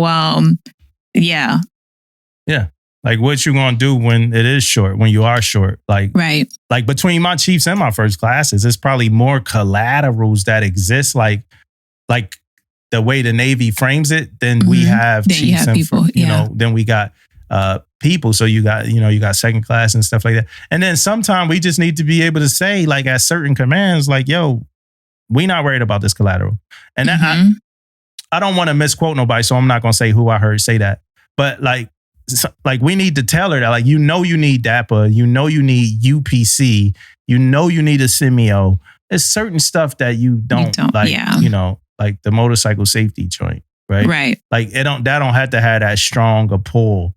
Hey, we got a guy, you know, But it shouldn't be an admin burden on this person. Like, hey, you drive a motorcycle? Yeah, all right, let's get you hooked, boom. And that's it. It shouldn't be too many like inspections and assessments. And I'm not saying that it is for motorcycle, but you understand what I'm saying? Like some of that stuff is like we doing too much. And the Navy, I think, is getting better with that too, like understanding that. Like, you know, so hey, for the seller, hopefully we answered your question or we responded in some kind of way. Actually, you didn't ask the question. You just I was going to say it wasn't a question. And we responded to the do better. So, but that was your do better. That's our thoughts on your do better. Hit us back up. Let us know. You asked the question, T-Sean. Should a leader say someone complained? That was so, so if you, have you, I'll just ask this. As a leader, if someone comes to you and they complains about another sailor and you have to sit down and talk to that sailor, would you ever be like, yeah, so somebody complained about this? And it's something more like, it's just like maybe like somebody constantly, you know, wearing their own uniform or doing something that like, you know, it's like general knowledge that it's not correct. Yeah. You trigger me, right? A little bit with that question. The reason why you trigger me a little bit with that question, because a lot of times people be trying to figure out who said something anyway. So the moment you say anything, people like in their head, like, who the fuck said who told you? Know? Yeah. But I'll say this. When I was a younger, like a younger leader, and it wouldn't be specific to a person, but it would be like a thing or something. So like I would be talking to somebody or something. If I'm saying something to somebody, sometimes people think it's just your thought. Like it's just like your opinion. Like, so you might like be saying like, hey man, like, you know, I might get in front of like my division or something and start, and this happens in the Navy a lot where like a leader or somebody might like start giving some random training that everybody thinks is like training. Like, yo, I'm gonna talk to y'all about tag out, you know, boom, boom, boom. And then like the whole division looking like, why the hell is he talking to us about tag out? We the tag out, you know, gurus. And then I gotta reel them in. Like, hey, I'm talking to y'all because we fucked up last week. and I talked to the chain of command and I got y'all off the hook. But we need to have this conversation because y'all can't fuck this up no more. And, you know, and then you start to see people like expressions change. Like, oh shit, yeah, we messed up. You know, like I wasn't trying to go there, but here y'all go acting like y'all know everything about tag out. Y'all ain't know everything about tag out last Friday. You know? So I've done that before, but I never did the whole not like in the Navy. Yeah, like, so yeah, I've been messy like outside the Navy. Like things that ain't had to do with leadership. Yeah, I've been messy. Like things that ain't had to do like with leadership. Yeah, I've been messy, but not like when it got to do with leadership. I don't think I've been messy with leadership. No. Yeah. So the reason why I asked this is that situation. So, and it goes back to me being the chief at work. Yeah. It goes back to me being the chief at work. So we had this certain person. So we have like a, you know, a dress code. You know what I'm saying? Like you wear business casual. And we had someone who just wasn't wearing business casual. And in my mind, like, you out of uniform. Yeah. Can you say what they were wearing? Shoes, jeans, ball caps, like t-shirts. Yeah. Just not nowhere near business casual. So who was the hater? Me. It was me, because you're not in the proper fucking uniform. What the fuck is wrong? You wild for that. Listen, you did a Karen. That's some Karen shit. It was a straight up Karen move, and I don't give a damn, because I just didn't understand why. Like, because at first I'm like, okay, let me give it some time. Yeah. Maybe they just need time to, you know, get their gear up or something. After a month, I was like, yo, like, Miss Supervisor, how you just go sit here and look at him coming in every day like a bag of ass? Not see, look at you. You done got caught up in some mess. You done got caught up in some mess. Straight up in there like, like, how you got to enforce the standards across the board? Like, I'm like, what kind of supervisor are you? How you just gonna let this person? But the thing was, like, he was wearing like he would wear like the shirt with the emblem on it, with the Border Patrol emblem on or whatever. That's not what we wear, because someone else had asked, hey, can we wear that shirt? Because sometimes, when I'm, having a rough morning, I just want to throw something on real quick, and I just throw that on, because certain people do wear that shirt that's in their office, but they're not paralegals. And so she was told, no, you can't wear that. So how you gonna tell her she can't wear that, but this other person can come up in here wearing it every day? Like, that ain't right. I'm going to make you do your job as a supervisor. I'm going to make you do it at this point, because you just let him walk around here for a whole month looking like ass. And so I sent her an email. You did an email? I sent her an email because I needed a paper trail. So I sent her an email. Because you needed a paper trail. I need a paper trail. Hey, listeners, do y'all hear this? This why she got off social media, man. I need a paper trail. Y'all can't even get to her about this. You can't. Okay. All right. So I sent my supervisor an email, just kind of, asking the question. I said, hey, I've noticed that he doesn't come in the proper attire, because all paralegals supposed to blah, blah, blah. And I said, you ain't quote the policy, did you? I didn't quote it, but I pretty much said what the policy is. Okay. Yeah. And so I pretty much asked, like, can we wear these shirts? Because if so, I would love to wear it too. So you did it was a passive aggressive. It was very passive aggressive. Yeah. I want to violate the policy too. But if you're going to enforce it, you need to enforce it the same way across the board. And I think it shows because of, like, how you were saying, like, there's so much talking that goes on in the civilian world.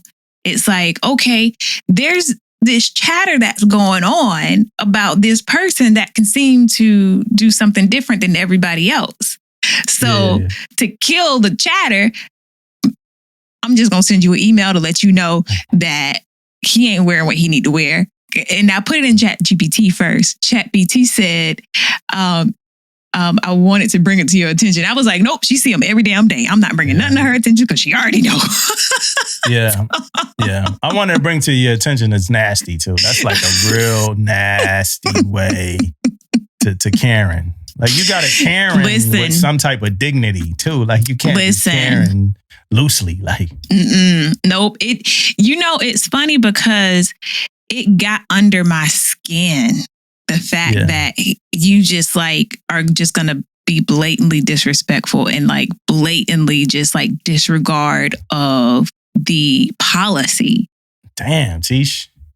You was emotionally affected by this shit. And I know people will probably be like, what does it really matter?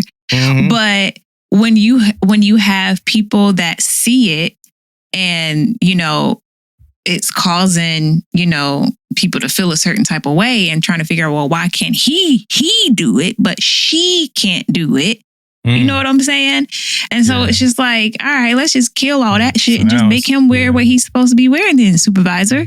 So like, come on now. Do I need to put you in leadership development class? Like, come on. Like, talk to Chit youth. Let me get this outward mindset. Now it's y'all done made it gender based, Hey, here's a little joke, right? Come on, like, did you see recently the mayor of Chicago? Like, he took a trip to, like, London or something to watch, like, the Chicago Bears play football. So the mayor of Chicago, he takes a trip, right? This black dude, he takes a trip to, like, London. I forgot where he went. I think it was London because the Bears were playing in London. So a reporter asked him, like, hey, why are you taking a trip to, like, London to watch the Chicago team play? And then, you know, he was like, see, I ain't even gonna let you do that. You know, no, because they was like, don't you think it's some other stuff? Like, because they pretty much like, why are you doing that at this time? Do you think it's a good time to do it? He's like, see, I ain't even gonna let you do it. You gonna ask? He was like, you gonna ask the black man? He pulled the fucking black card. He pulled the black card like so fast. Like said, abort mission. Yeah, you gonna ask the black man why is he going to watch a football game? No, I ain't even gonna, because y'all do stuff like that. And there's a dude in the background like, yeah, let him know. Yeah, they always do stuff like that. I'm like, yo, this dude just pulled, if y'all didn't know what happened, this dude just pulled the black card out of his back left pocket. Did it work?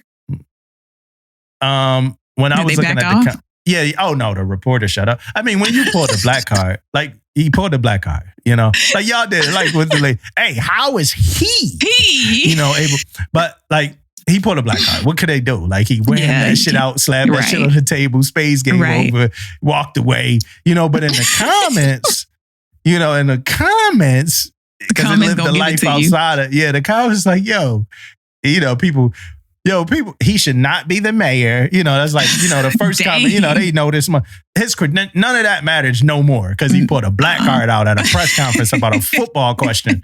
He should not be the mayor. That man has no self-respect, dignity. He put a black card. Somebody was like, I don't see the black card. I'm in my head. I'm like, I saw that black card the moment I saw that clip. You know, but yeah. So what happened? What came out of y'all situation?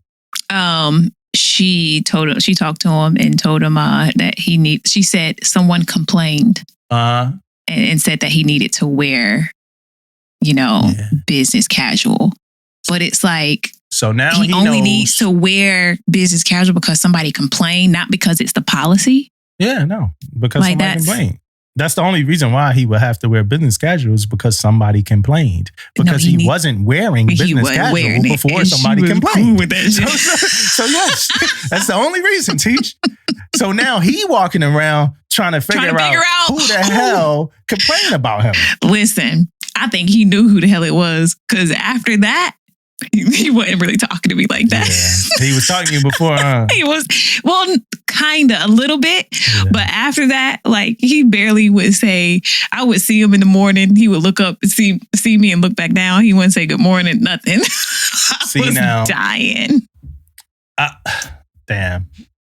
When I get out the Navy, well, like, the type of petty that I've been in my years before having a leadership position, I'm going to figure out who said it. But not like through no underground channels. It's from talking to the people. The people, and, you know, like at lunch, like it would be me talking to you, Tish, and I'm looking at you. You know, somebody, you know, had the nerve to say, it's like, I don't know what I would do. I don't break policy though, so I don't really break policy. Yeah. What if he had like a crazy story though, like all his stuff burned up in a fire, like crazy story? Then it is what it is. Yeah, and because that was the thing that I was thinking, because I was like, there could be a reason why, and that reason why could be none of my damn business. Yep. At the end of the day, but I was just like, because of like other circumstances that I don't really want to get into, I knew that wasn't the damn case. Yeah. So I was like, nah. Oh no, Tish, don't tell me. What? Can I ask the question? What? Yeah. Because it's probably gonna be a no. Okay, this wasn't like a love interest at first. No. No. I was gonna say, then y'all split. Now you try to get into trouble. And you didn't see that he got better clothes.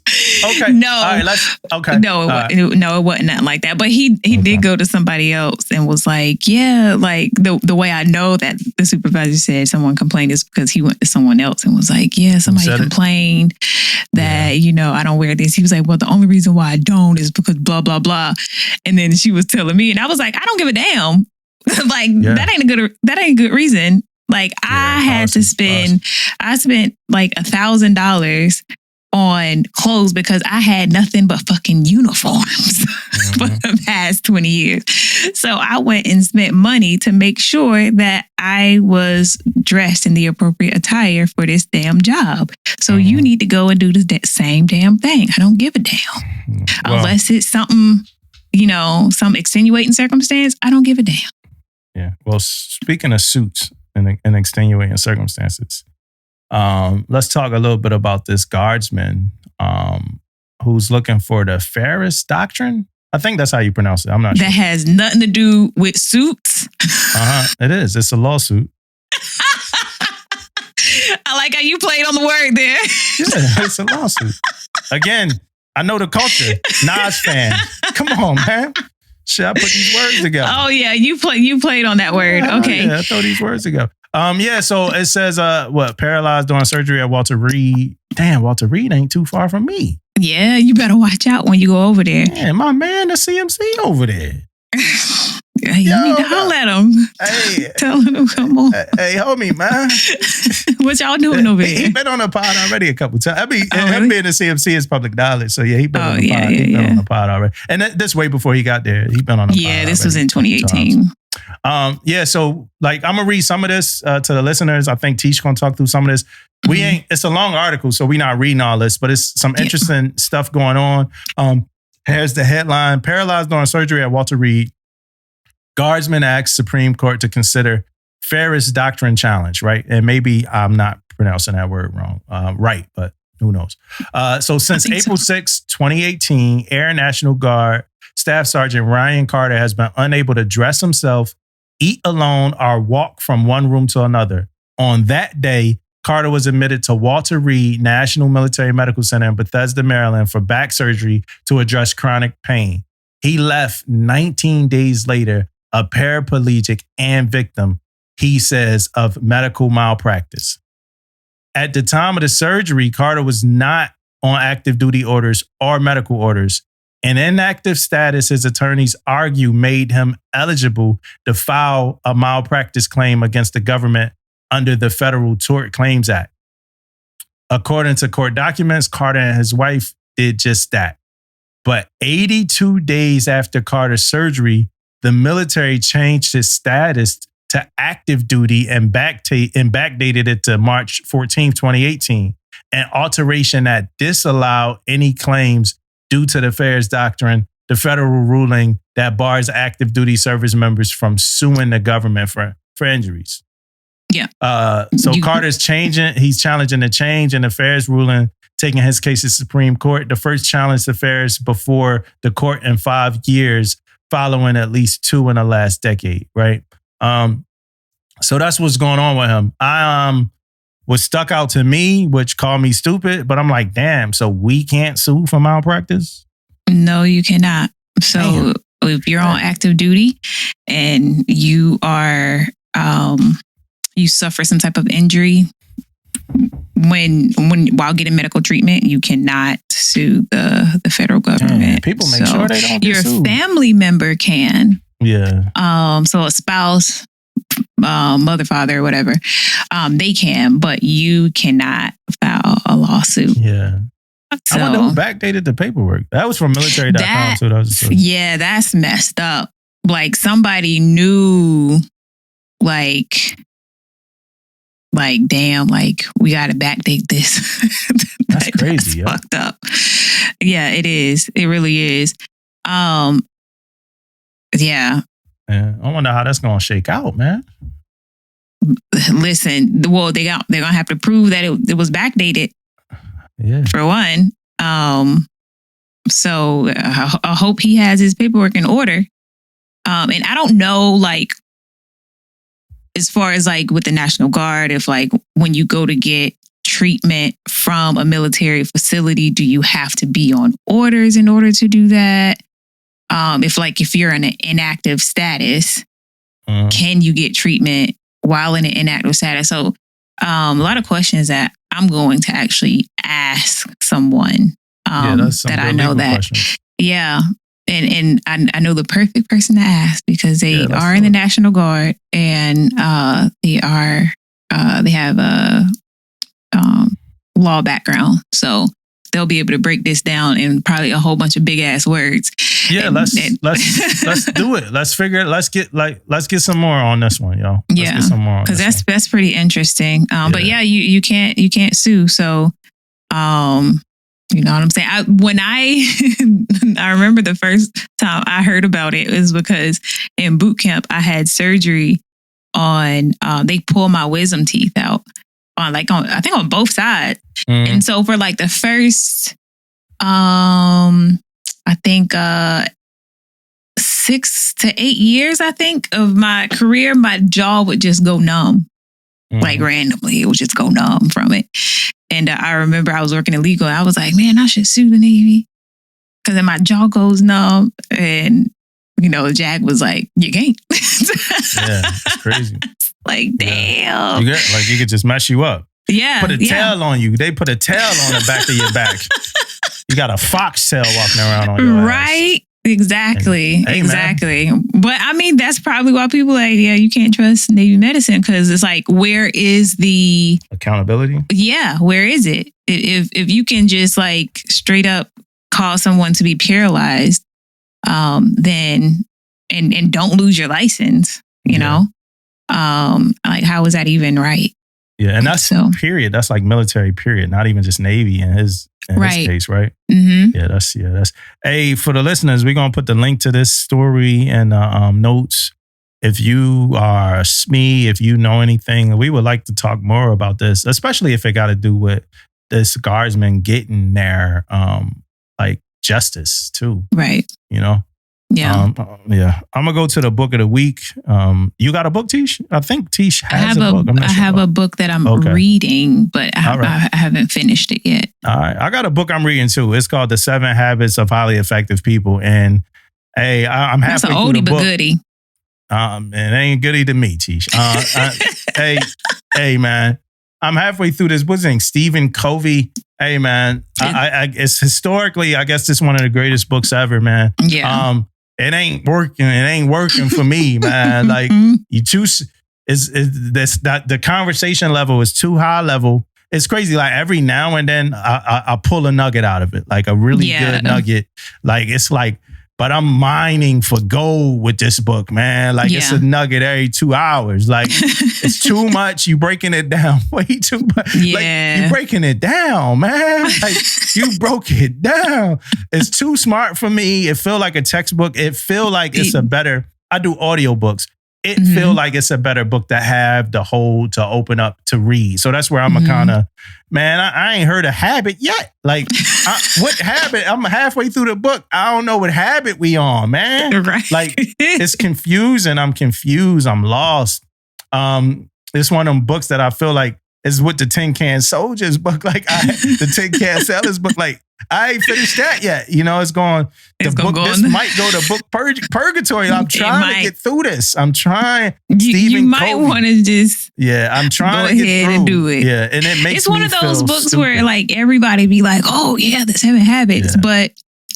Yeah, I mean, it's an oldie but goodie, but it's like, damn, but to get through this shit, it's like, I think I still have that in my audiobook myself. Yeah, yo. it's still a text. Lurking. I'm telling you, it's like a textbook. It's like you read this in school and you don't read it all the way. You never, ever read all the way through it. Right. Like, I don't think nobody that's quoting it read all the way through it. Y'all pulled a quote out of it. Yeah, I got this from 7. No, you got that from somebody who got that from 7 Habits. Stop playing, man.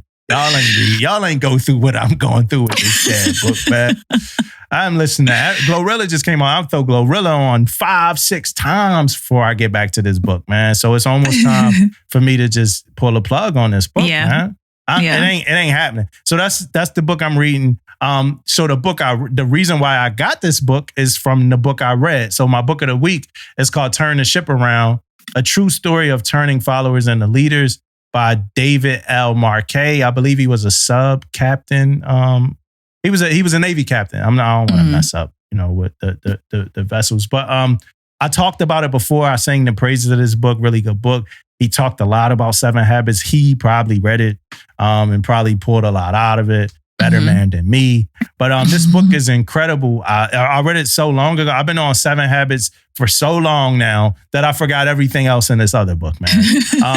But this book is really, really good. I think I sang a lot of praises about it in a previous episode. One of the things that I do note in it that he said he did was he made his people write their fit reps in the beginning of the year, in the beginning of the evaluation cycle. So he made them write their fit reps, and then you're going to work like, hey, write where you want to be at the end of the year. Write the fit rep that you want, and then work towards it. Work toward the fit rep that you want. I thought that was really cool. And I started doing things of that nature a little bit. And with my sellers, are recommending things of that nature a little bit with my sellers. I haven't like fully put it into practice yet, but I think I do want to do something like that. So I thought that was pretty cool. But that's the book, Turn the Ship Around, A True Story of Turning Followers and the Leaders by David L. Marquet. Nice. Oh, did you want me to get my book? Yeah, I ain't even done yet. So hold on, let me get So the book that I'm reading is more so a book that I felt that I needed to read because I'm like I was telling Damo before we got started that so I've been in therapy or whatever. And this book I feel was one that was is going to help me through this therapy process with the type of stuff that I'm unpacking.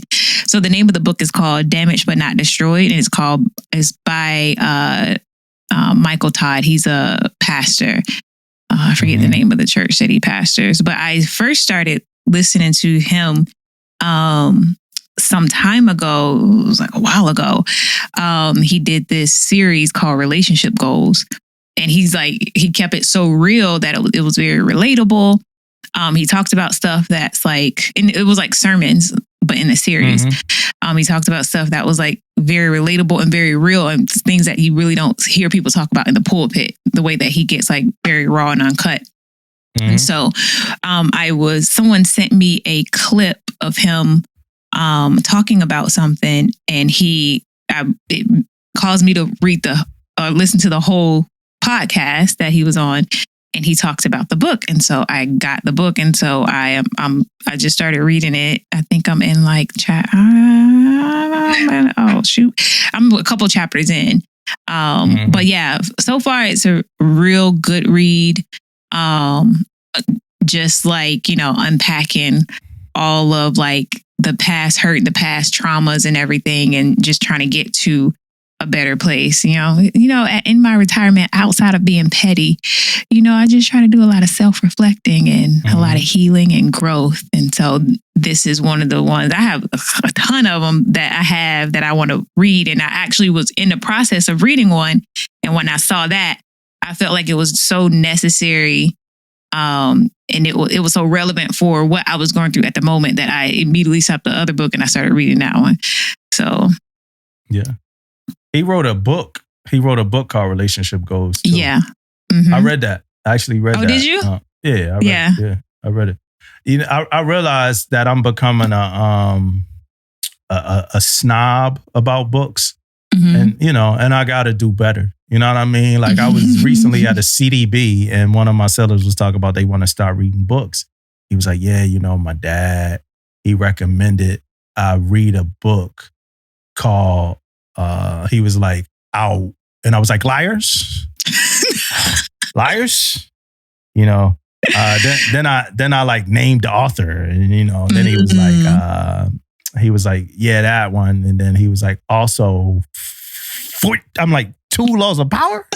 Yeah. Yeah. What I mean? Dang. I'm jumping in, somebody yeah. Plus I got Atomic Habits. Oh, James Clear? James Clear. So I gotta get better. I'm starting to wild out when it comes to books, y'all. I can't be doing that. Yeah, I can't be doing that to people like that, man. I gotta chill out, man. It ain't that deep. Hey, before we go, our roots run deep. Montag Legacy. Shout out to my cousin Crystal Montag, who made the shirts. It's our great grandparents' legacy. So shout out to Crystal, Today is also Amari's 10-month-old birthday, I guess. 10-month day, whatever it is.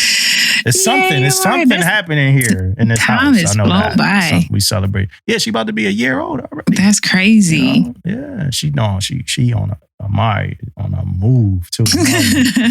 No games. But hey, yeah, Tish, hey, this was good, y'all. If y'all made it past the first like 18 minutes, you know what I mean? Y'all should have had fun this episode. Yeah. Yeah, we kept it light this time. We didn't go too reckless. Yeah, had to warm up a little bit, man. Shout out to Damon, man. We miss you, man. We do. We know you're not listening to the episode, and if you are, you didn't make it to the hour and 55 minutes. You know, we didn't. But we miss you, man. The clips. Yeah, and shout out to Big Navy. We love y'all. Love us back.